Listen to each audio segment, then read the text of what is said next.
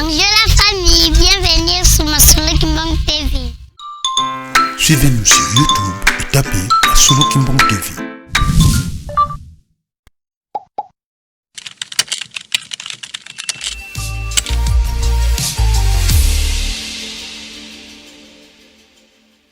Tango na biso batu mwindu eza tango na biso nzambe asengi biso kaka topesa ye confiance totonga Yerusalemi pamba te soki totongi Yerusalemi soki tata nzambe asepeli biso nyonso tozwi mapamboli na bamindele mpe bazwi mapamboli à travers na biso biti ya tata nzambe ezali mpo na biso batu mwindu azongisa biso kaka batu mwindu na esika na biso biti yango wana tozonga na esika na biso 3 kala ezali ya biso na oyo basimbisi na oyo bapesi libela banani baleki biso batu mwindu topesa ye kaka confiance tolanda ma yazali kosenga na biso tolanda na honneur. Merci.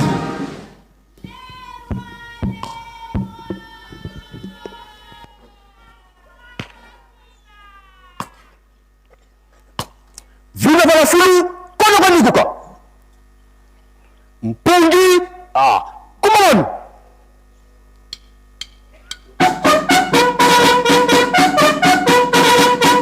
lu sutumuka ntindu lukandama gi mukunda lukunda tinu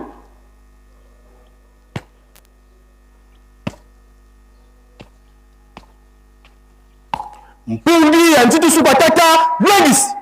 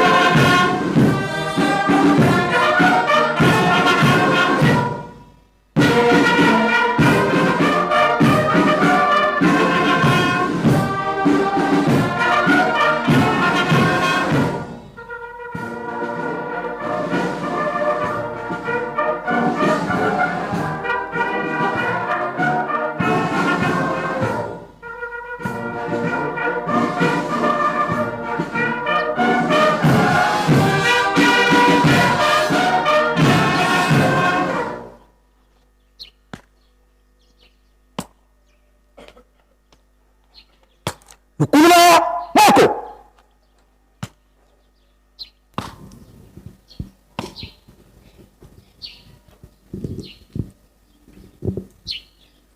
batata eba mama kiamboto kyeto awe tukolele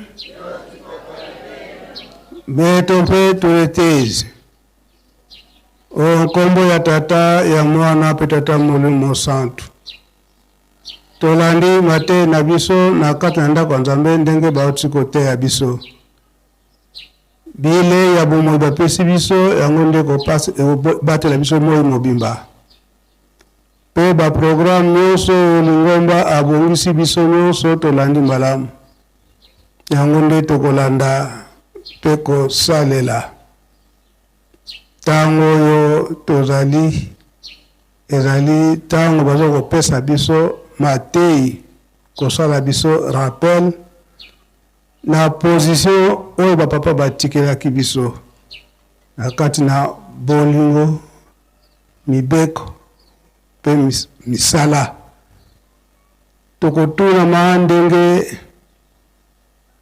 tolandi na nzembo ya suka na kati na ndako ya nzambe msala oyo ezali ya tata molimo santu bozongi na bango to bozongi na ye tokotunama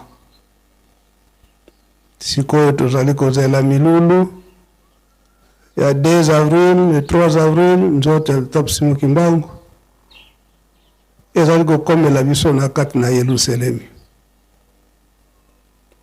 na tango wana na 1960 papa Simu Kimbangu azalaki akosilika pamba te bato nyonso bazongelaka mabe ya ntango wana. Tomondaka teatre balakisaka biso ete nzota papa Simon Kimbangu eboyaki kokita, pamba te mboka ekomaki sali te, mabe elekaki.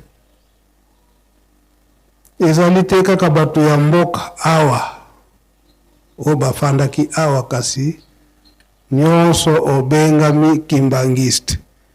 Et surtout na tango yo biso nyonso bikolo na bikolo elike na biso na Yerusalemi, toye kofanda pe awa na kati na Yerusalemi. Ebengami ete ville sainte. Donc ezali mboka oyo mabe ekoki komonana te, mabele ya Tata Molimo Santu. Tososola na esika wana, tolati banzoto malamu tososola na esika wana. Tenge elobami ete milulu na biso ya 2 avril yango ebelemi, malamu biso batoka tofanda kati na Yerusalemi, mboka ezala petwa. Ndenge tokoyesa petwa na mboka Yerusalemi, mitema na biso pe ezala petwa. Po ete nkanda ya Tata Molimo Santu tango akozonga ndenge toyoki na Matei, bokabwani ekozala soki akuti yo na position ya mabe mpasi. Biso na kati na Lingomba koloba teke anga kutu naza na nkamba te, olati kombo ya kimbangiste do na mokili mobimba. Tozala bana botosi. Tongo nyonso tokozalaka na programme na ntina ya bosombi mazuta titani batata na bamama.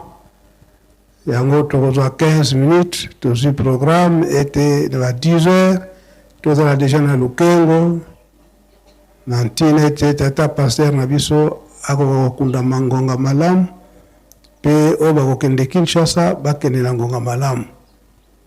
Tosilisi botongo lelo onkombo Tata Mwana pe Tata Molimo Santu. Amen.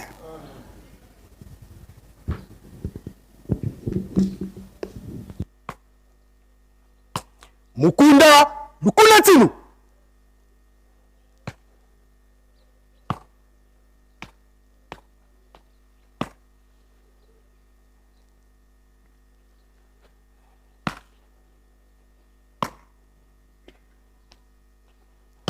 Lukula Moko.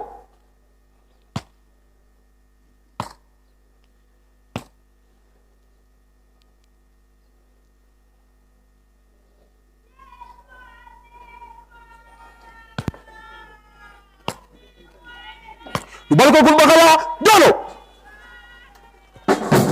Voilà. Anne.